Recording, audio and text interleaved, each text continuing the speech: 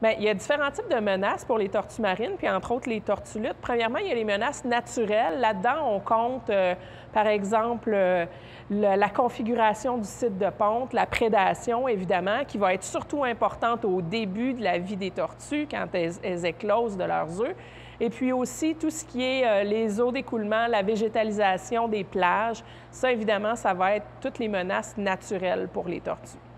Il y a aussi des menaces humaines. Il y a des menaces humaines qui sont directes. Qu'est-ce que c'est les menaces directes? Bien, c'est premièrement, les tortues vont être chassées pour la viande. Les œufs aussi peuvent être prisés par les humains, donc récoltés.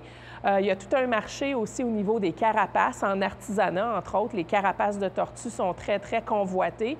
Et puis finalement, tout le reste, le squelette et puis tout le reste des parties de la tortue peuvent aussi être exploités par les humains. Ça, c'est vraiment des menaces directes qui vont causer de la mortalité chez la plupart des espèces de tortues.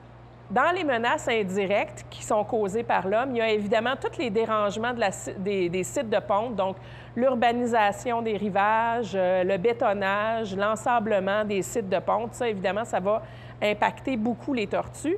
Ensuite, il y a la pollution par le plastique. Donc, il n'y a rien pour une tortue marine qui ressemble plus à une méduse, qui est leur proie de prédilection, qu'un sac de plastique qui vogue à la dérive. Les débris de plastique, en général, ça va être une menace qui est très importante pour les populations de tortues. Et finalement, il y a aussi un autre type de pollution qui est plus chimique. Donc, les pesticides puis les métaux lourds qui vont s'accumuler dans les organes des tortues, créant des problèmes de santé puis différentes sortes de maladies. Donc, ça aussi, c'est un impact d'origine humaine, c'est la pollution chimique. Bien, encore une fois, comme pour bien des problèmes en conservation, il y a beaucoup d'impacts puis de causes de mortalité qui sont dues à nous, les humains. Donc, il faut faire attention à notre façon de fonctionner puis aux impacts qu'on peut avoir, soit directement ou indirectement. Tout ce qu'on fait peut avoir un impact sur les océans.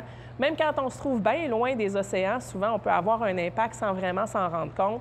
Donc, tous les gestes qu'on peut faire pour limiter ces dégâts-là, bien, c'est des gestes qui comptent.